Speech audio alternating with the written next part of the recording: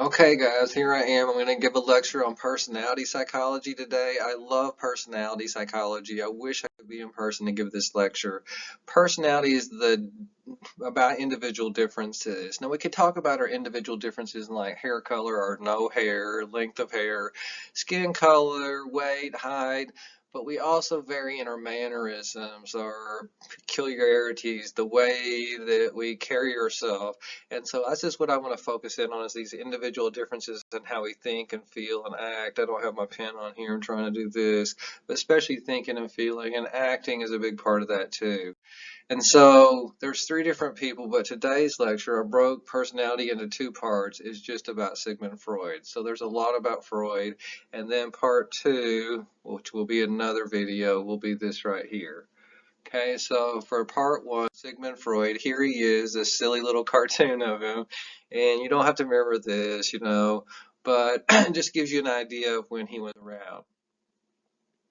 Now, Freud argued we have two basic drives. The first drive is called our life drive, or Eros. Eros is the same thing as Cupid.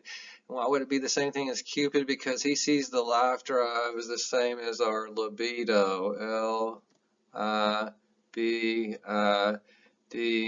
Oh, I'm not going to ask you that, but he sees these two things the same. Your sex drive, your life drive. It's about procreation, to stay alive, and so we'll get into that later on.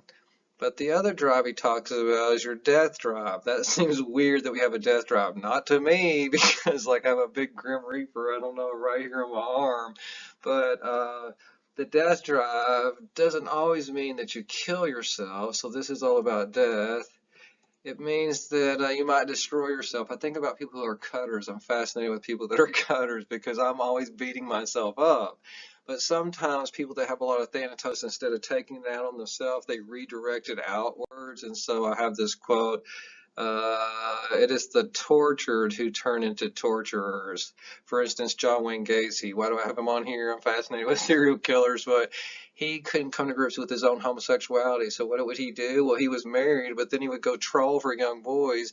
He would like have sex with them, kill them, and then bury them underneath his house. He was torturing them for being. When they asked him, "Why would you do this?" He goes, "Oh, but they're fags and they're gay and all this other stuff." It's like, yeah, but you're having sex with men, and it was all about his inability to see himself, and he started to torture what he couldn't stand, which was himself. Okay, so enough about that. I would talk about that more in another class. Okay, Freud has this vision of your mind. Your mind is like an iceberg. If you notice this iceberg over here, here's the water right here, and most of it's below the water. So the top part of your mind, or the part that's sticking out, is the conscious. That's what you're currently thinking about. If you're thinking about, I need gas in my car, when is this lecture going to be over, you know what I mean? Whatever's rolling around in your head, that's what you're thinking about. Okay, so the pre-conscious is right down here below the water. Like if I ask you what's your mother's name or what is 2 plus 2, maybe those things weren't currently in your head, but you could dredge those up real, real fast. Easily retrievable. But we've only gone down this far so far. The most important part to Freud is the unconscious. It's the unaccessible, the locked or hidden material. And so this is like our secrets, our primitive drives, and we want to lock these things away so that nobody ever finds out, including ourselves. And this is why I love Sigmund Freud. Okay, so if you look at it this way, a secret is kind of like a beach ball. It's hard to push a beach ball down to the bottom because what happens, it's always popping up to the top. So you say, oh, the secret has no effect on me, but you have to keep it down underneath the water. And even if you're not conscious of it, it takes a lot of energy to push that ball down. I don't know if you can understand this analogy. If I was in class, maybe it would come off better. But one of the areas that I talk about, as far as the beach ball coming up, the secret that should stay locked or hidden, most of the time it is our primitive drives. And so I think I have this story. I don't know that I've told in this class any Cat Williams stories yet, but it's a totally inappropriate story, but here it goes. Okay, so Cat Williams.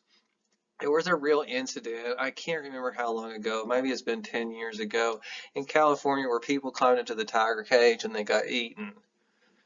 Late one night, I don't know, two knuckleheads just climbed into the tiger cage at the zoo and got eaten. Next day on the news, it's like the tiger went crazy. We're gonna have to put the tiger down. What's wrong with the tiger? He went crazy. And Cat Williams in his stand-up routine is saying, everybody's talking about the tiger went crazy. And it's like, the tiger didn't go crazy. This is what Cat Williams says. That tiger didn't go crazy. I tell you what that tiger did. That tiger went tiger. And that's what Sigmund Freud understands. This is what I love about him. He says in our personality, now you have the three parts of your mind. This is the three parts of your psyche, your personality, that you have that primitive tiger within all of us. This is why I don't understand people that can't nut up and get with their primitive drive. You know what I mean? I love soldiers because they understand this. Tap into the tiger, right? Even like my little brother's an MMA fighter, like he can tap into that fucking tiger real easy. But in society, we have to have ways in which we control the tiger.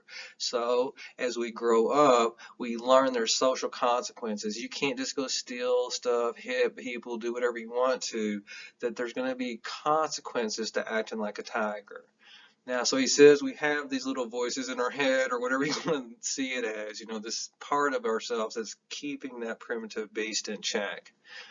Now, the superego is this other thing. It's not about social consequences. I have a lot of it's about moral consequences. Even if nobody finds out, I'll know. This is why I could never cheat on a girl, because I would have to go tell her, because I would know and I have to live with it. I can't do it. You know what I mean? I have too much superego in me. And I'm also fascinated by serial killers because they don't have a lot of superego at all. They know ego, how not to get caught, but the superego, they don't have that dimension. Okay, so I think of them as leashes on the tiger. These leashes could hook onto the tiger, but sometimes they snap. When did they snap? Go turn on the news tonight and see if someone went tiger. They totally went tiger. We try to domesticate, I don't want to get into Don Miguel Ruiz, animals, tigers into pussycats, but every so often they go tiger. Why? Because they're a tiger. Not justifying it, but society's rules are based on renunciation of instinct, according to Freud. That these two things get rid of the tiger and keep him in his cage. Okay, here's one of the quotes I love to show from Sigmund Freud. You can see right here the very emphasis of this whole commandment. Well, it'd help if I got my pen on. Thou shalt not kill. Makes it certain. He says that we are descended from endlessly long chains of generation of murderers. So that's a pretty powerful statement if you really think of it. If like everybody was a kitty cat, we wouldn't need this law, but we have a society full of tigers.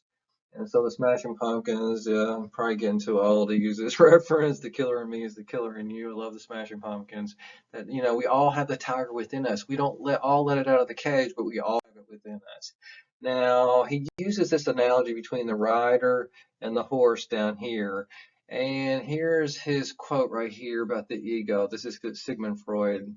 Sorry about that. Ego and id. The id is like down at the bottom of the iceberg, and the ego thinks it's in control up at the top. But see, Sigmund Freud thinks that since the bottom of the iceberg is the biggest, that's what's in control of your behavior. And so most of the time, this is why I don't like trail riding out here, because you don't get to ride the horse. You're not in control. It just follows the horse in front of you. You're just a dope on a horse. It's like when I was growing up, my grandfather was adamant about be careful on which direction the horse goes. It's like because most of the time the horse would like turn this way and go back that way. Why? Because that's the direction to the barn. The way it wants to go, the way it wants to go, the horse wants to go, and the horse wants to go back to the barn because that's where the food is. And I would say, see, Grandpa, I'm riding the horse. It's like, no, Tim, it's this less ideal situation in which, you're right, the horse is riding you back into the barn. Sorry about getting pen crazy right there. Okay, so my best example of this, if none of that made sense, is Shutter Island. If you've seen the movie Shutter Island, he thinks he's in control, the ego. I'm in control. I'm an agent of the law. I'm going to find the missing patient and the killer. It's like, no, you're not. It's like, what's in control is your secret that you won't take a look at. And this big secret, what your wife did, in the lake with them kids, you won't look at, and instead you pretend like you're in control. You're in control over here, and you're not in control. What's in control? The secret right here. But every time it comes close, you try to hide it again. And then there's this beautiful water motif that is used throughout the movie where the water comes rushing through, or even the ashes because of the apartment. I don't want to get into the whole movie, but then it comes back up again and he has to confront it. And there's this part where Ben Kingsley holds this up, and I usually show this part of the movie in class, but I can't show all of it today, and confronts him about this part of himself. Okay, so this is what happens. If you think of the id down here as the secret right down in here, then as it comes up, you can see that it's like it causes problems for Leonardo DiCaprio within the movie. And so he has to have ways to cope with it. This is what Freud calls ego defense mechanisms. And there are going to be 6 of them. And these are ways to cope with that secret that usually keeps caught or stays hidden, I should say, or stays locked in the bottom of the iceberg, but it comes up from time to time, and we have to have ways to deal with it. Okay, I had to take a break there for a minute. We'll see how I do. So number 1 is repression out of the ego defense mechanisms. This kind of means you just actively don't think about something. For instance, if I smoke, I know smoking is bad for me, but I'm just not going to think about it. So I think a lot of us do that in our everyday lives. If we overeat, or watch too much TV, or surf the internet too much, maybe we don't want to face that thing we do too much, and so we just don't think about it. Now, there's a deeper form of it where you actually lock that information down, just like he does in Shutter Island. Like, he can't face the fact what his wife did. He's going to lock that information down so he never sees the light of day. Now, I have this quote over here from Friedrich Nietzsche. It's one of my all-time favorite quotes. Let me see if I can get my pen on. Sometimes people don't want to hear the truth because they don't want their illusion destroyed. If you're a truth teller, then all of a sudden you're a repression and denial breaker. And one of the other quotes I usually talk about at this part of the lecture is this one. Denial is the glue that holds a dysfunctional family together. And this is why I'm so big on Freud, because I grew up in this family where nothing ever happened. Let's just don't talk about it, don't think about it, lock it away. And that's the whole Gran Torino, mentality. Okay, second one, rationalization. When you rationalize, you justify. I'm just going to argue people are going to go Tiger. I just went Tiger a couple weeks ago. So when I go Tiger, later on what I do is I justify. It's like, well, that guy was being a jerk, so I was justified in like getting out of control and yelling and screaming and acting like an a-hole. It's like, no, you weren't, Tim. You were just being a tiger, and you're trying to make up a story afterwards that goes along and it justifies, or it's like, legitimizes, I should say, your inappropriate behavior. Okay, so that's one of the things that we do when this information, especially primordial information, comes up. Okay, displacement is one of my favorite ones to talk about. I have a goat on here for a reason. Displacement, sometimes I call misplacement. So I don't want to go all religion class right now, but in the Old Testament, whenever you sinned or did something against God, you would take one of your best goats or lambs. Let's focus on lamb. And when you take it up, and it would get sacrificed at the temple by the priest, and then your sins would be forgiven because your sins are displaced onto the goat, misplaced, and the goat took it for you. Now, I don't know how to remember this, but if you're Christian folk, you should. When Jesus came on the scene, one of the first things they said about him is, "Behold, the Lamb of God." That's not a good thing in Hebrew tradition. Why? Because lambs get slaughtered. And so he is already set up as this lamb, sacrificial lamb from the get-go. And then when he dies, he says, "It is finished," which means I'm the last lamb, no more sacrificing lambs because I am the last blood sacrifice where you misplaced all the sins of the tribe onto the goat. If that makes any sense from theological perspective. Okay, well, what does this all mean? It's like, here's my little Jesus thing over here. Aggression may be taken out on people who have no connection to who is really causing the anger. Do you want Barabbas or do you want Jesus, right? It's like we take our aggression out on an innocent target, when we should really take it out on the correct target. For instance, if I get into it with my boss at work, maybe I come home and I yell at my dog or my girlfriend. They didn't have anything to do with it, but I'm misplacing the anger from my boss onto my girlfriend or my dog or whoever else is in my pathway. Number four, reaction formation, I kind of call acting phony or overcompensating. So sometimes, especially if you have to work in customer service, people are being a jerk to you. And so what do? Be a jerk back? No, you're overly sweet. So you turn up the sweetness. And so a lot of times I talk about being overly butch or overly femme, and it's like, why are you being so butch or so femme? Either end of the spectrum. It's like you're overdoing it, almost like you're overcompensating for something. You have to ramp it up, right?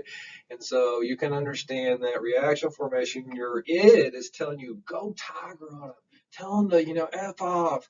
And then on your face, you have this big smile and say, I'm sorry, ma'am. How can we help you with that? That's reaction formation. Projection, sorry about that. See your faults in others, not yourself. It says it right here. So you project your faults onto other people like a movie projector. I'm projecting it onto them. So if I'm very critical and stubborn or whatever else that I am, which I can be, then I start seeing it in other people. Instead of seeing it my own self, it's like I see myself as a reflection of others in some weird, trippy way. This is no bigger place this happens than in relationships. When people point out my faults, I start seeing it in them instead of me.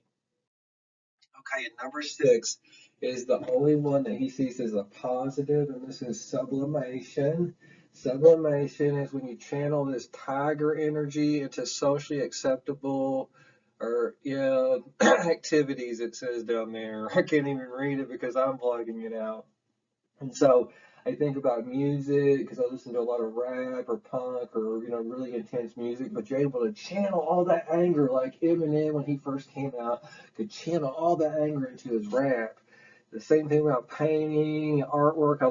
Like a lot of dark artwork, but the reason is because I channel my energy into the canvas. And then finally, if you're an athlete, even if you think about football or MMA, some of the more violent sports, you can go tiger in those arenas. And so the idea is we let people go tiger in a legitimized way, and they maybe not go tiger on the news.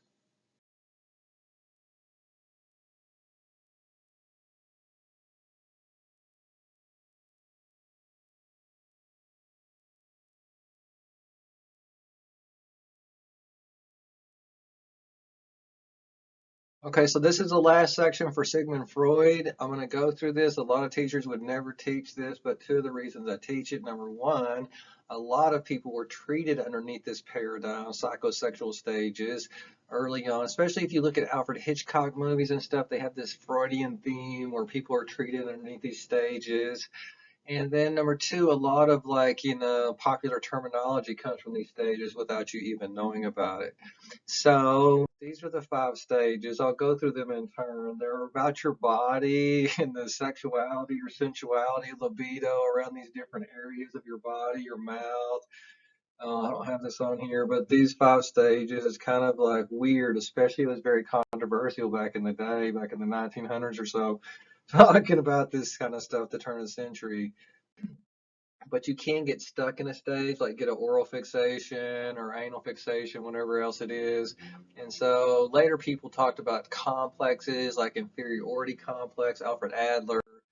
But the oral phase, this is number one, I should say, out of the five. And the oral phase right here, the child derives pleasure from putting things in his or her mouth. Now this relates to the bottle right here, but also the breast, this is the source of pleasure, like sucking on the bottle or the breast. And this is what he says, not Tim.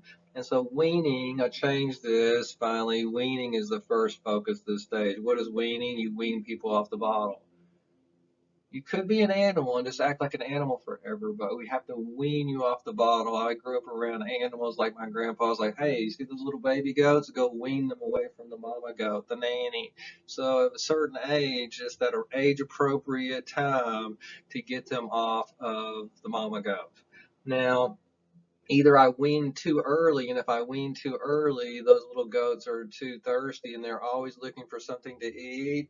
Same thing with people, so they'll eat up anything, including words, which is kind of a weird idea that they're overly naive. I kind of messed up right there.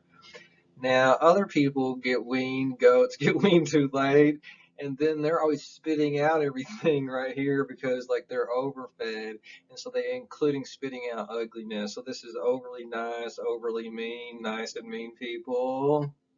Okay, so that's kind of a simplistic way to look about it, but this is one of the things Freud focused on.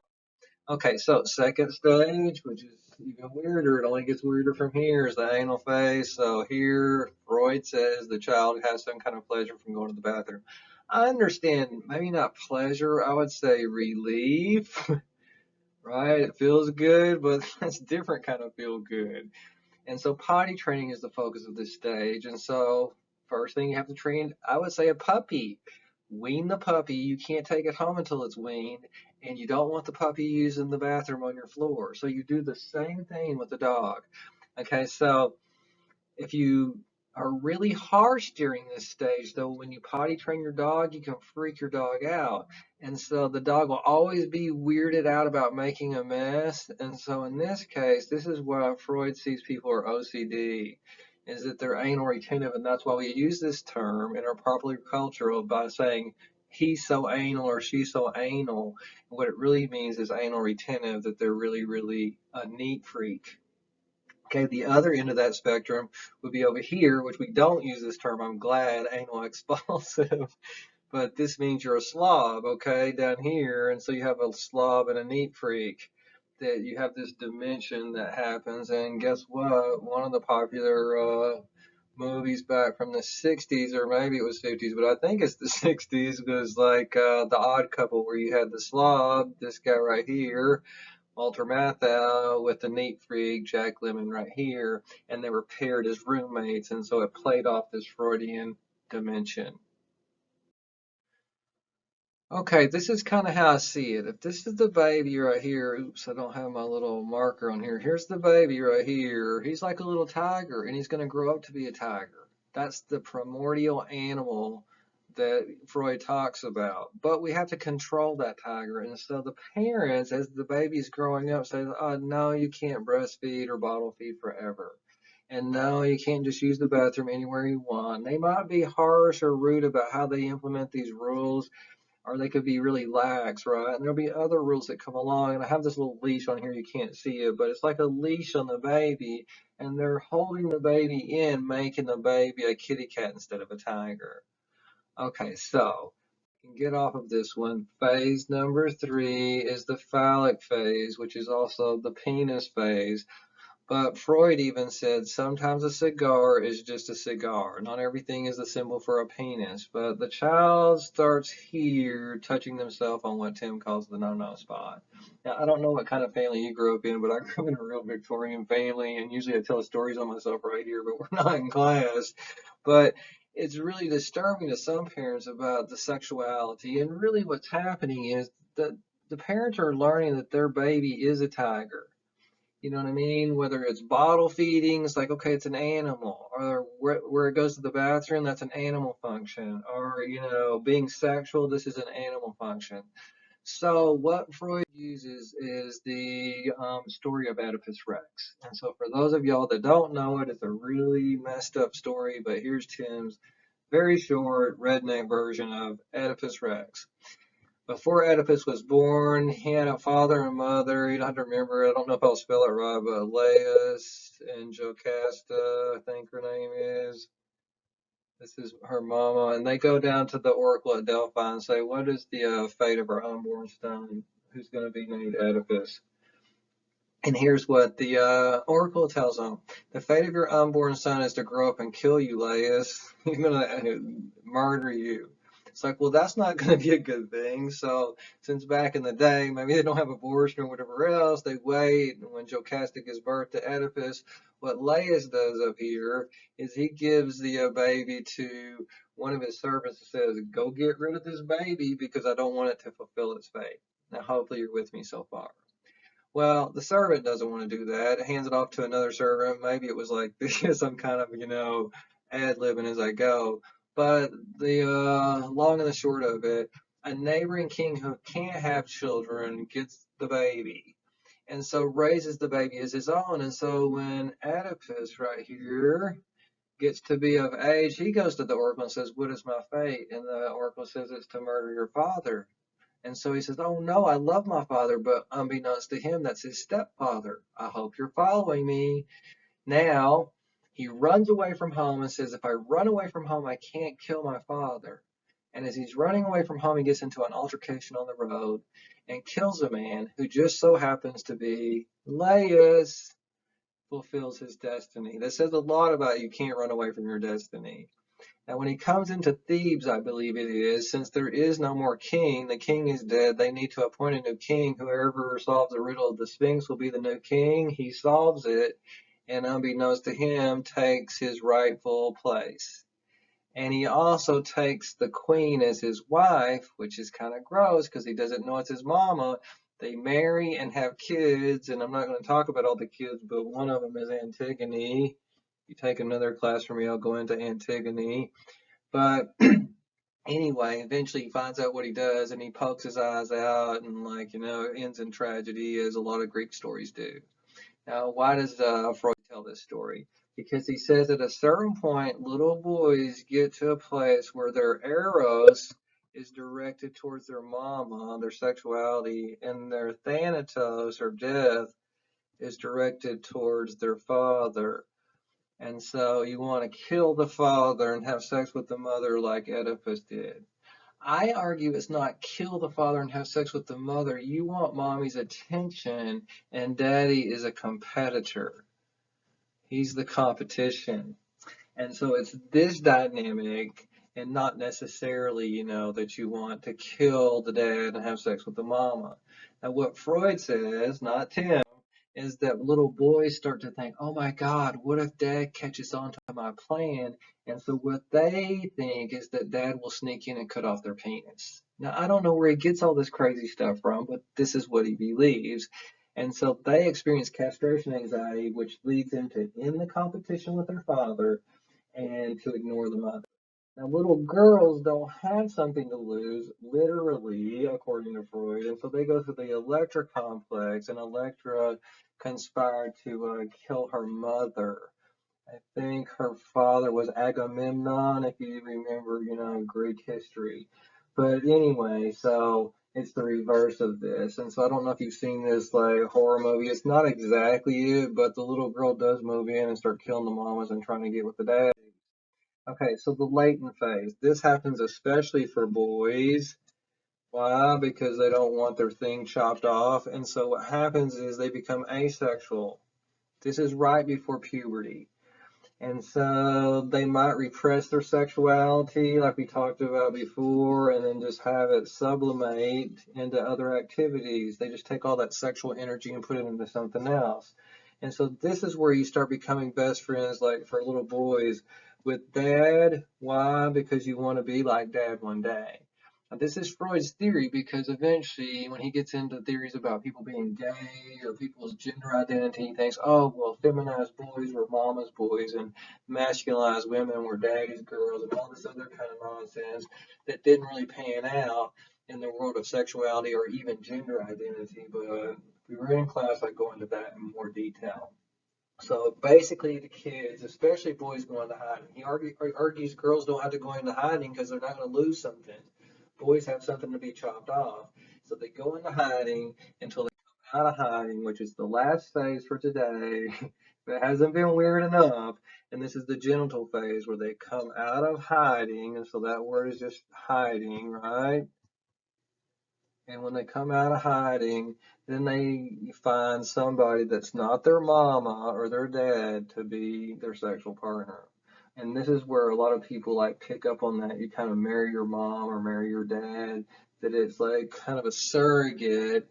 And what I argue is you marry what you're familiar with. And so maybe you marry familiar traits or looks, but not necessarily it's this surrogate idea that Freud has. So if you have any questions about this first part of the lecture, definitely give me a call. The next part of the lecture is going to be on contemporary of Freud, which is Carl Jung.